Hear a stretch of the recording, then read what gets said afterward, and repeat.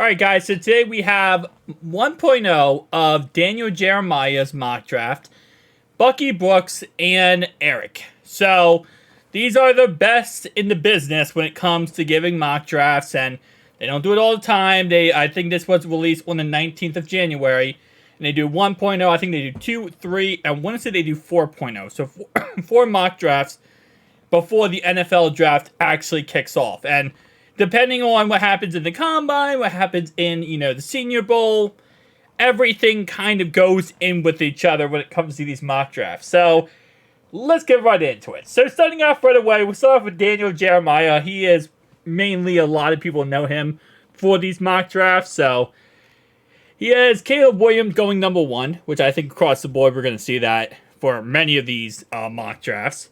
Drake May going number 2. Jaden Daniels going number 3. Marvin Lewis Jr. going number 4. Okay, so what I'm looking at is players that we would care about. Joe Alt, we would care about, but we know we're not getting Joe Alt. There's no way. He's going to be the first tackle off the board. He's the best left tackle in the game. Best left tackle in this draft. Let me say it like that. And also, he wants to play left tackle, so it wouldn't really work out for us. Dallas Turner would be amazing to have, but again, like I said, not going to go for that guy. All right, Fuga is the first player that I actually care about in this top 10 spots, and he is going number 10 according to Daniel Jeremiah to the Jets. I mean, a new right tackle replacement and to protect Aaron Rodgers, which does make perfect sense. I'm not against that idea. Okay. We got the Penn State tackle going pick 13 to the Raiders. He has Brock Bowers going 15 to the Colts. And I wonder who he has going. Okay, hold up. So right now, right, the players who are still on the board is Tyler Guyton and J.C. Latham. Both of those players are still on the board for our pick here. And he has us going with J.C. Latham out of Alabama. Yeah, that is definitely, in my opinion, the best pick. The Bengals have to address the offensive line. Absolutely. Some evaluators have Latham as a lock to go inside the top 10. If he's still available pick 18, it will be a desirable scenario for Cincinnati. He can slide in right at right tackle. Yeah, 100%. I would love to get J.C. Latham. Not saying that Mims or all these other guys aren't good. I'm just saying J.C. Latham looks like the most polished product right out of the draft. And then he has Mims going at 20 to the Steelers. He has Tyler Guyton going 22 to the Eagles. That's why I said before, if we don't get Guyton where we're picking, we're not going to get Guyton. I mean, Guyton's going to be a first-round pick. 1,000%. Nate Wiggins, 29. We have Troy Franklin, okay. So, overall, players that we care about in this first round. Kool-Aid McKenzie, we care about him. Wide receiver, I don't think we really care about too much. Nate Wiggins, yes. I don't think Cooper Najee we care about too much. Newton, yes, absolutely. So, these are all guys that would obviously we can't get and we would like to have. Morgan, Chop, Robinson. I don't even know too much about him, I'll be honest with you. Let's see, who else we got here? Latu, I think his name is. And obviously Brock Bowers is very important. I would love to get someone like Brian Murphy, or get someone like Jared Verse, or get someone like Dallas Turner or Joe Alt. But yeah, so that's Daniel Jeremiah's draft. Let's look at Bucky Brooks. So Bucky Brooks has Caleb Williams going number 1. Again, not surprising. Drake May going number 2. Jaden Daniels going number 3. So he has 3 quarterbacks in a row. Then he has Marvin Harrison Jr., okay. And he has Brock Bowers going number 5 to the Chargers. See, that's not a bad pick for the Chargers, in all honesty. They need tight end, especially because they're probably going to lose Austin Eckler this offseason. They got Mike Williams. They might lose Keenan Allen. Then you got to figure out what you're going to do with Quentin Johnston. And now you have Brock Bowers as another weapon for Herbo, with, of course, Jim Harbaugh in there, so that'd be interesting. All right, so in this one, he has the first tackle off the board as the Penn State tackle. Interesting. So he doesn't have Joe Alt going inside the top 10. No, okay, he has him going at number 10. Okay, so he has him going outside of, top 10, but outside the top 5. That's interesting.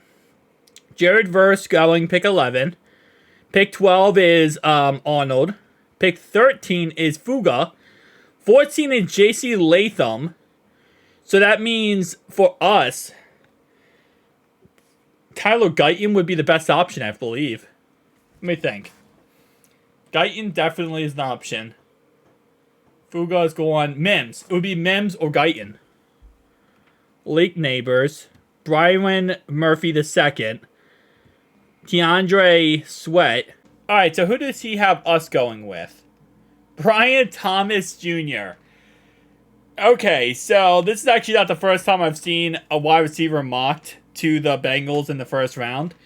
And I have no problem with Brian Thomas Jr. I'm sure he's great. He's from LSU. Draft profile wise, we talked about this guy before, but he has all the intangibles. He is 6'4", 205 pounds. My whole problem with it, and I know he talks about right here, Bucky Brooks talks about, well, if T. Higgins or Tyler Boyd hits free agency, well, if they both hit free agency, you're going to need a new wide receiver. And here's how I look at what we will do / are going to do. First off, T is not going to hit free agency. We're either going to franchise tag him or give him a long-term contract, or we're going to go ahead and put him on a franchise tag for 1 year and just figure things out. Push, the can down the road, as they would say. Chuck Sizzle, Charlie Jones, is going to be the slot guy, if not Yoshi. Yoshi or Charlie Jones will be the slot guy. The starting slot guy will be Trenton Irwin. They're going to be Trenton Irwin, rotations with Yoshi and Charlie Jones. Receiver is not a position, as long as we keep T, that I'm too concerned about. Losing Tyler Boyd's going to suck, but it's not the end of the world, and we can definitely move on from there. If we don't take a tackle in the first round of this draft, we're not going to have to worry about a wide receiver. Because guess what? Joe's going to be sacked every play. And ironically enough, that was the same argument people made back in 2021 with Jamar Chase. People said, oh, you got to take Penny Sewell. You can't take Jamar Chase. Well, Joe Burrow will be sacked every play. But this is a completely different scenario. Jamar Chase, Brian Thomas Jr.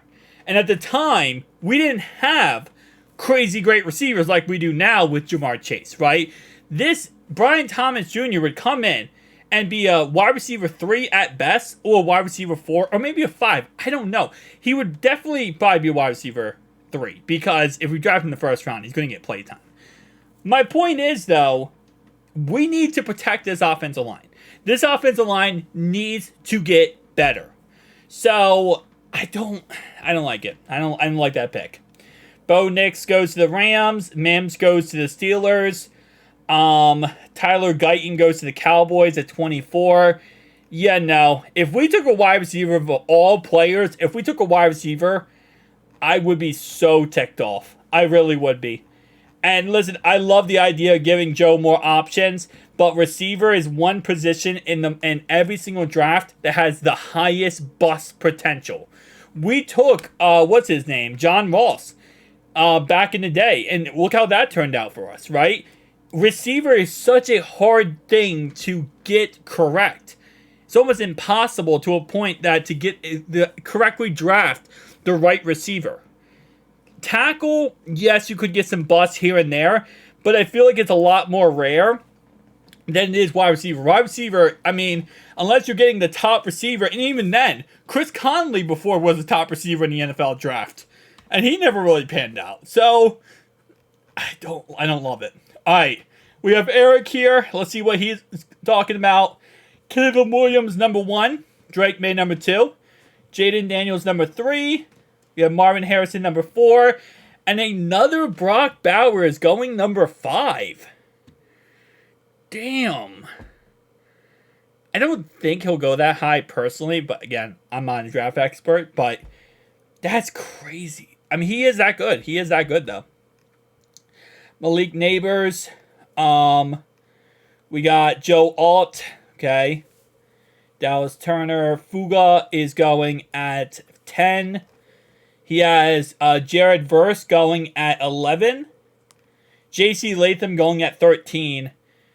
So in this situation now, Tyler Guyton would be the best pick. Because you already lost J.C. Latham. You lost Brock Bowers, right? You lost Fuga. You lost Joe Alt. The only guy left is the Penn State guy, right? I believe the only guy left you would go for maybe is the Penn State guy. And he goes off the board next at 14. So, if you're the Bengals here, you're going to be between a rock and a hard place. All your tackles that you wanted are off the board, and now they're not available. You're not going to go with the wide receiver, in my opinion. Let's see who is taken before us. Then you have another offensive lineman taken.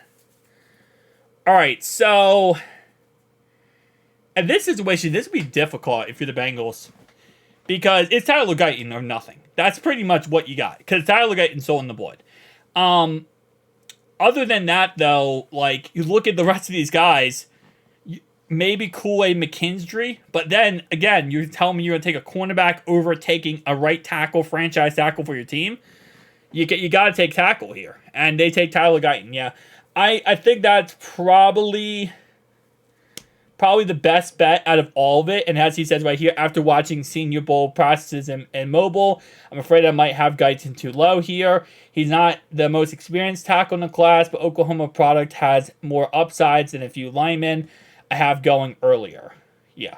So, I don't know if I love it, but out of all the options available for us, like, look at the rest of these guys. I'm not taking Bryant Thomas Jr. over Tyler Guyton. Mims. I forgot about Mims. There you go. See, now you're talking about Mims or you're talking about Guyton. And that's a toss-up. That's a toss-up right there. They're going to pick whoever they think is best, but at pick 16 there, or at 18, you're either going Guyton or you're going Mims. You're not going a wide receiver. You're not probably going a cornerback. Brock Bowers is off the board, so you're not going with him. I'm not against the idea of going Guyton here.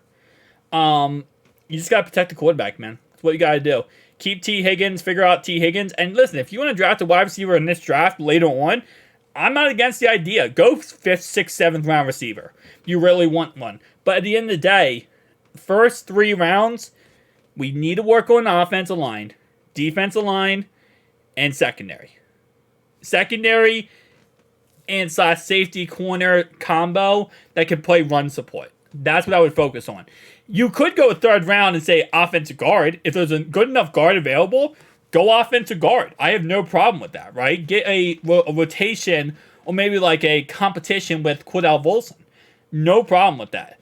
But I'm not really thinking too much about any other position in the first 3 rounds. Maybe tight end in the 3rd round, potentially, depending on who's available. But yeah, tell me down below your thoughts, opinions, guys. I'll see you guys in the next one. Peace.